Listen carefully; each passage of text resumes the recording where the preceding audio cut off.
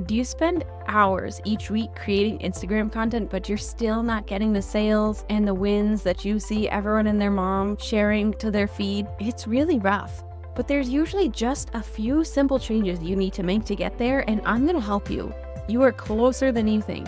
You can find the exact gaps that you have in your Instagram strategy, the gaps that are holding you back from getting clients from your content with my free Find and Fix the Gaps in Your Instagram Strategy quiz. All you have to do is take 5 minutes to fill out the quiz and you will get the exact roadmap you need to start getting sales from your Instagram content. Get your copy of the quiz at sociallyyours.biz/findandfixed. All spelled out, all one word, find and fixed, or check the link in the show notes. All right, today I get to talk to Kelsey. Kelsey, can you tell us a little bit about yourself? Absolutely. Well, I am a WordPress website designer, but I wasn't always. I actually was a teacher for 8 years before I had my first baby. And having him kind of changed my world a little bit. Not that I wasn't I liked teaching, but I was already kind of like, is this where I'm supposed to be? Is this, I was already kind of questioning things. And then when he came into my life, I was like, nope, something needs to change. I need to do something different. Mm-hmm. So I kind of learned how to start freelancing, and that took me into the direction of web design, and I have loved it for a few years now. Since then, I've added 2 more babies. So now I have 3 kids that are 5 and under. So it's very busy. They make me a little nutty, but they're the reason that I started business in the first place. And so, we just keep moving forward and we do what we can on a daily basis. So I kind of build my business around them and their schedule and work in the pockets of time that I can find.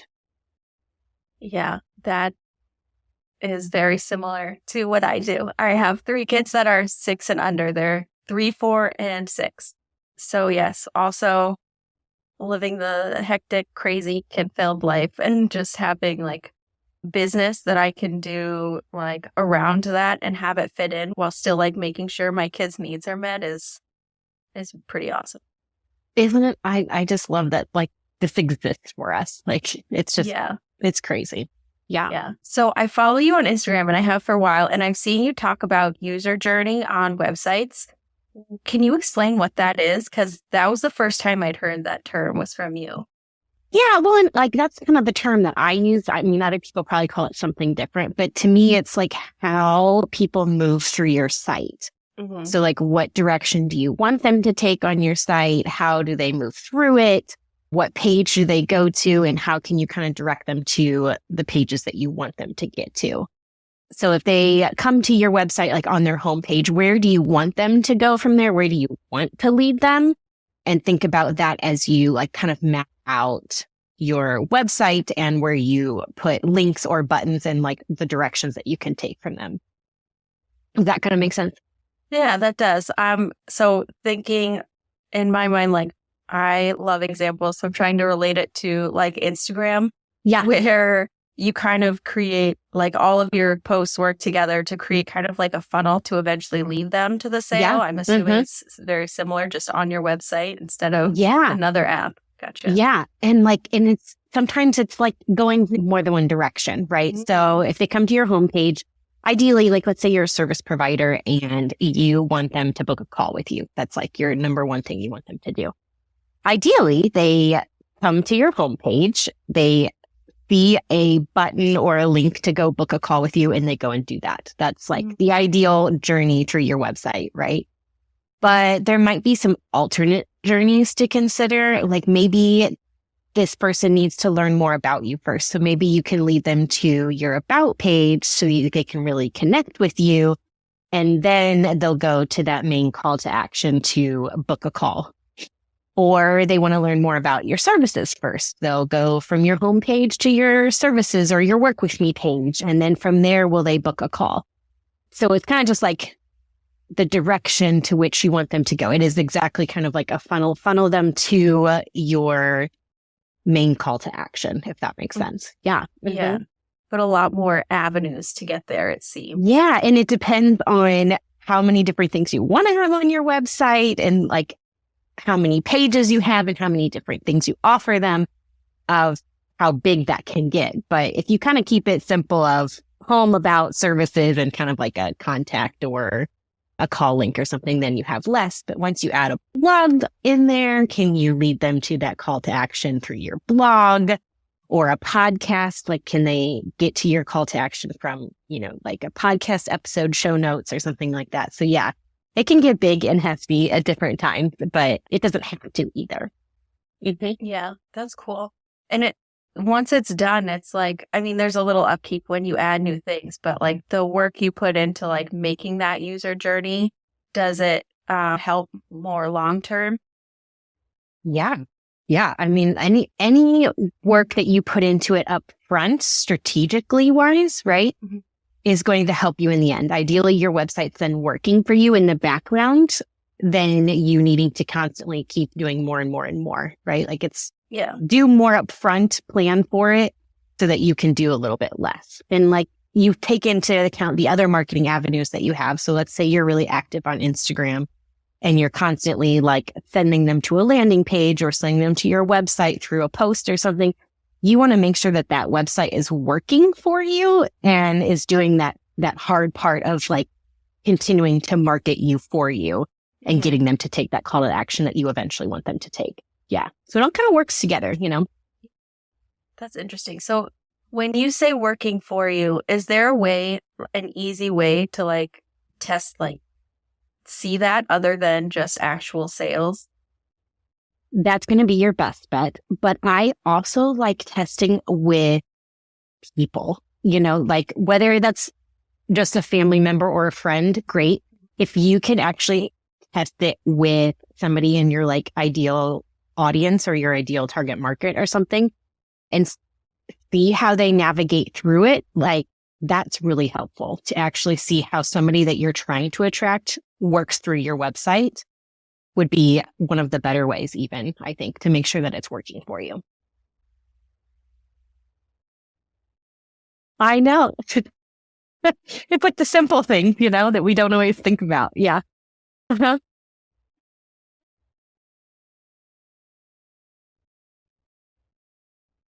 I feel like there's always room to improve thought of that, every aspect. I really want to do that. Like, yeah. Sometimes I also think it's okay to like leave it be and see how it works. Makes so much sense. And then you can adjust and fine tune. Now I'm like wondering, oh man, have I made mistakes? Yeah. What do you think? Yeah.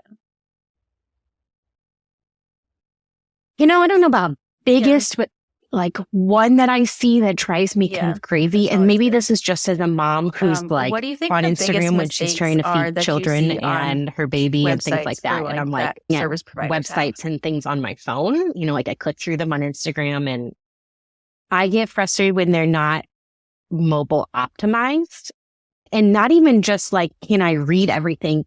But actually making sure, and this is kind of tricky because people don't know it. They sometimes look at their website on mobile and think, oh, it looks good. Test like the things that are clickable, test the links, test the menu, test the button.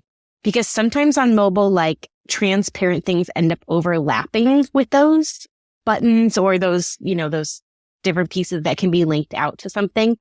And you don't know it because it looks fine, but they're actually not clickable. And I find that really frustrating when I'm the one on my phone all the time. And then that's just as a mom and like constantly doing things from my phone. I'm sure it does great on desktop, but that is one thing that I'm like, I can't even get to the point of working with this person or starting to work with this person without like from my phone. I would need to go to my computer. And then at that point, I kind of moved on, if that makes sense.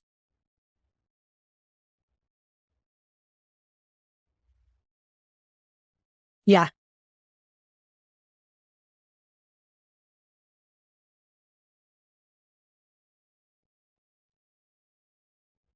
Yeah, for sure. I know I would have forgotten to like go back to it once I get to my laptop.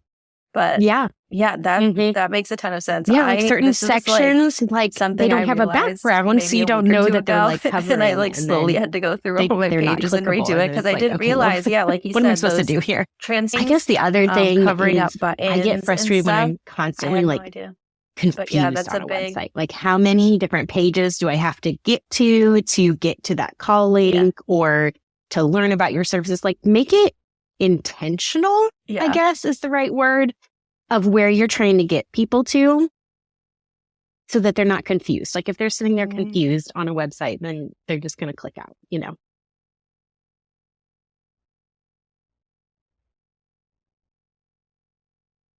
Sometimes, and it's not necessarily that you need less pages as it is giving them the opportunity to get to the important ones, right? So do you think kind of keep your menu nice and clean? Like, can you have drop downs? Sure. But like, we don't need, 20 different links in the menu for, working with somebody. I think sometimes less is more, I think is, but don't not have a blog. Blogs are each a page there, individually. Like, every blog post has their own page. That's a bunch of pages on your website, but you want those. But do you need to link every blog post in like a menu? No. You link the blog page and then they can navigate from there. So it's kind of just thinking about how you want people to navigate and what other pages you want them to come upon. Yeah.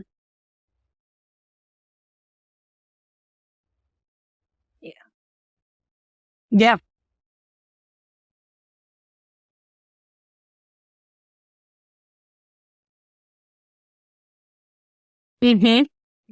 That's super interesting. It's kind of similar for Instagram. The way I'm like relating it in my head is like, it has to be so simple and like transparent and like clear, basically, because everyone's attention spans now are so super short. And if you don't, and that's another thing. It's like, what's going to happen, knowing what happens next. It's really important to have on your website. Easy to understand. Like, they might want to know, well, what they're just not going to follow call? Through. Is that, you're not going to get the lead, am I locking in a service? Is this a free call? Is this, what happens after that? So even if you could like list out the next steps to working with you and what they can expect after they book that call, I think is helpful and transparent. It tells them exactly what they should expect from continuing to work with you.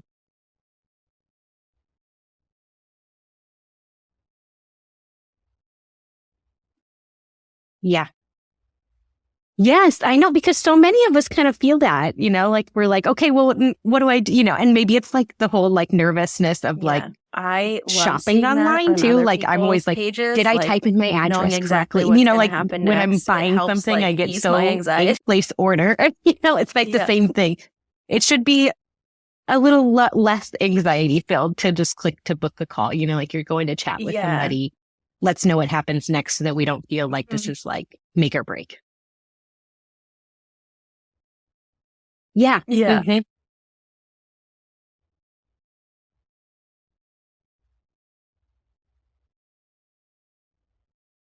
Yeah, exactly. Yeah. Yeah. And I feel like it helps build like trust with that person too, especially if it is like something like a discovery call. You want to have that trust there so they're more likely to actually hire you. Yeah. Makes a lot of sense. You're giving me. I know. Like, so well, and many if you things don't, that I want to check. sometimes you kind of leave your website because, and like, set it and forget it, which is I fine at times. But I don't it's know if always I've good ever to like actually like consciously been like, oh man, I should put these next steps on my website. It is reflective of how we want to conduct. It's just very easy to forget.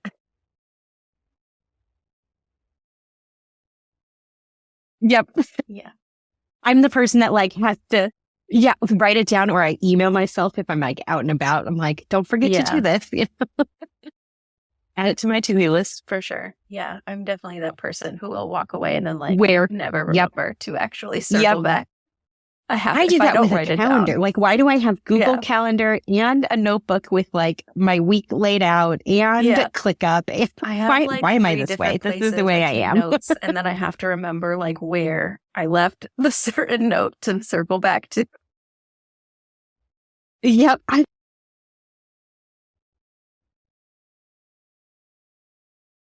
Forget.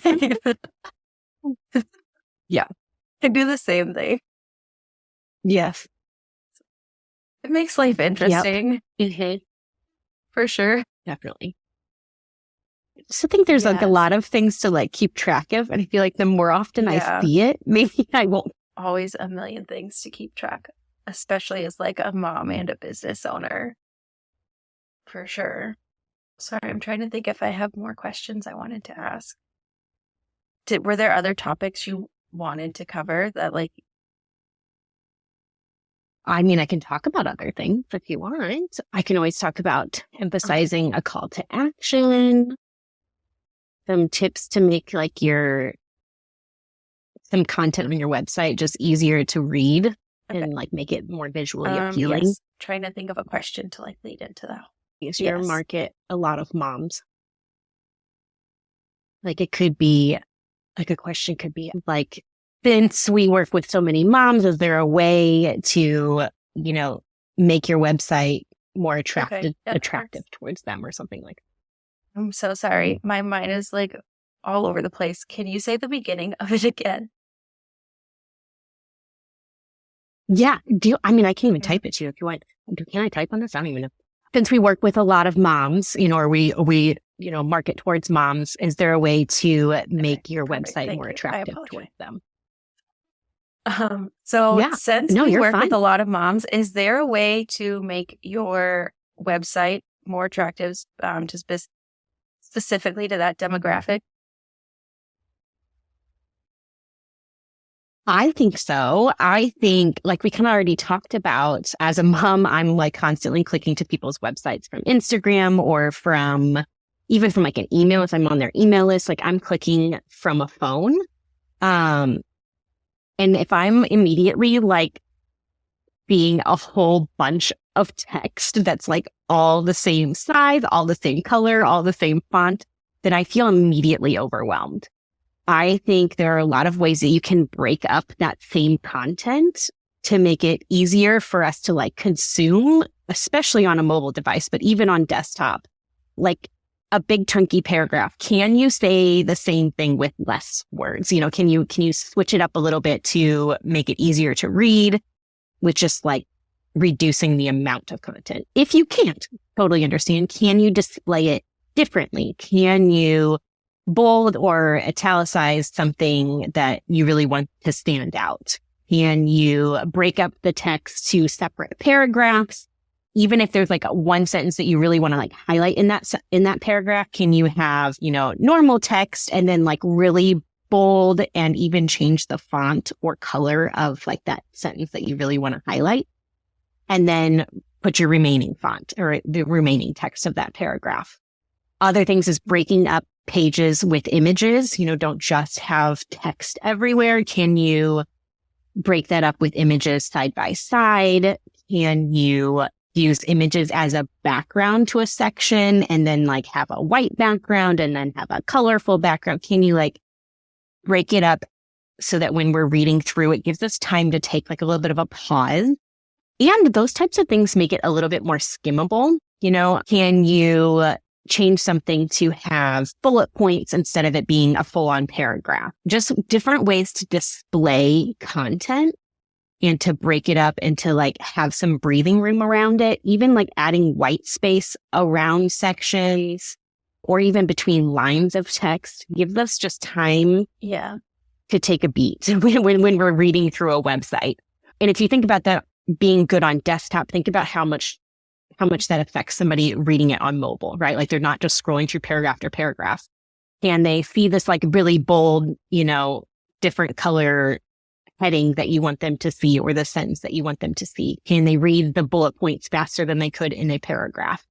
So just like thinking about how quickly moms especially need to absorb that content, especially when they're really busy, their kids are at home, everyone's yelling at them that they need something.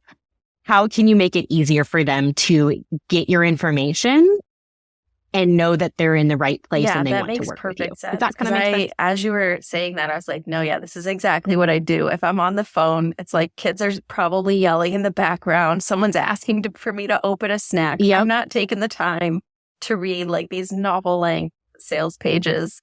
I'm skimming. I am like scrolling quickly and skimming. Yeah. Yep. You want to see like the highlights. You want to know, how is this going to change my life right now?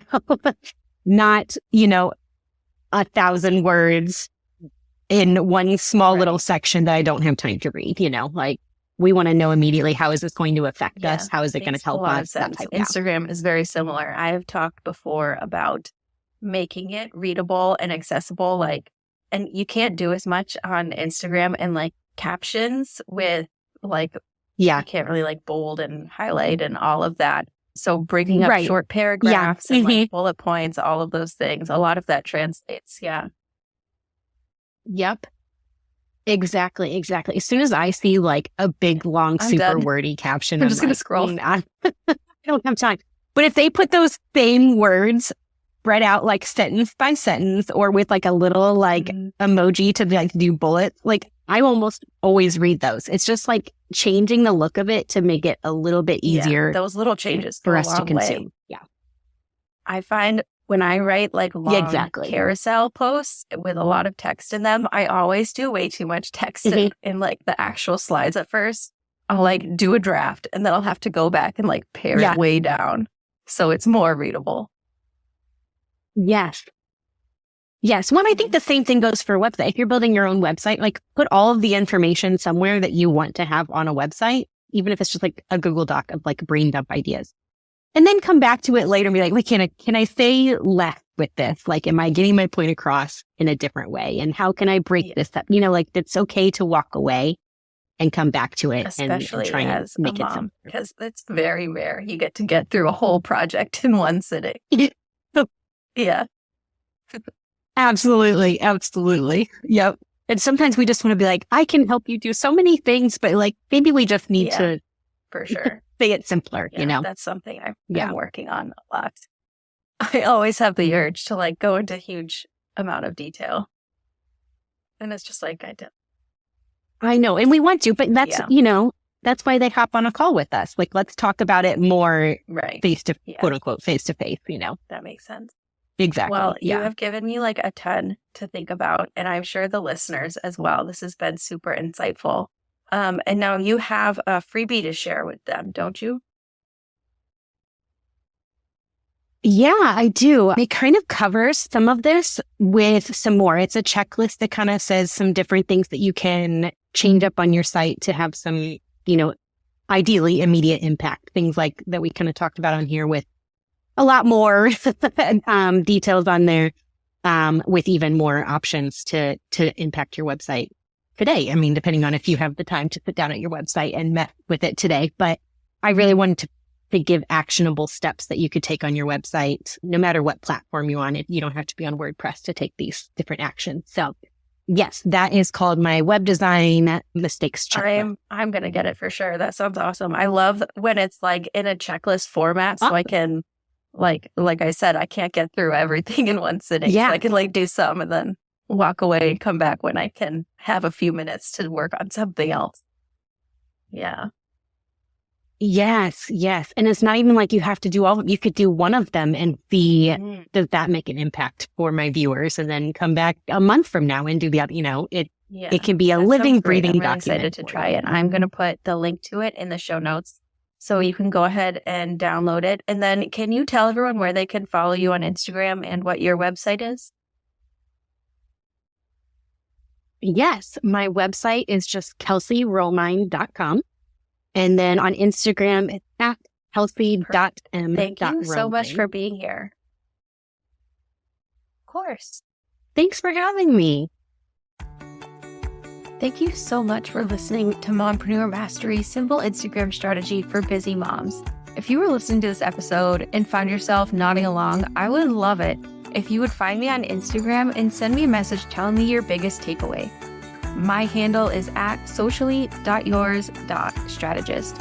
And don't forget to grab your free 1 month of Conversation Starters content calendar so that you know exactly what to post to get more comments without spending hours brainstorming Instagram post ideas. You can get it at sociallyyours.biz/content-calendar or head to the link in the show notes. Hey Mompreneur, I know that selling your offers on Instagram is really hard. First, you gotta know how to word your content to make sure that it clearly shows how amazeballs your offer is. And then you also have to know how to craft the content to make sure it appeases the algorithm gods so it actually gets seen by the people most likely to buy it. My goal is to help moms help their families through their online businesses. That is why I made Carousels That Sell. Carousels That Sell is a collection of 7 Instagram carousels and captions that have made me over $20,000. So I turn them into plug-and-play templates so that you can get the same results. Carousels That Sell is super easy to use, so you can easily create and schedule the content and will help sell your offers for you while you're off playing with your kids.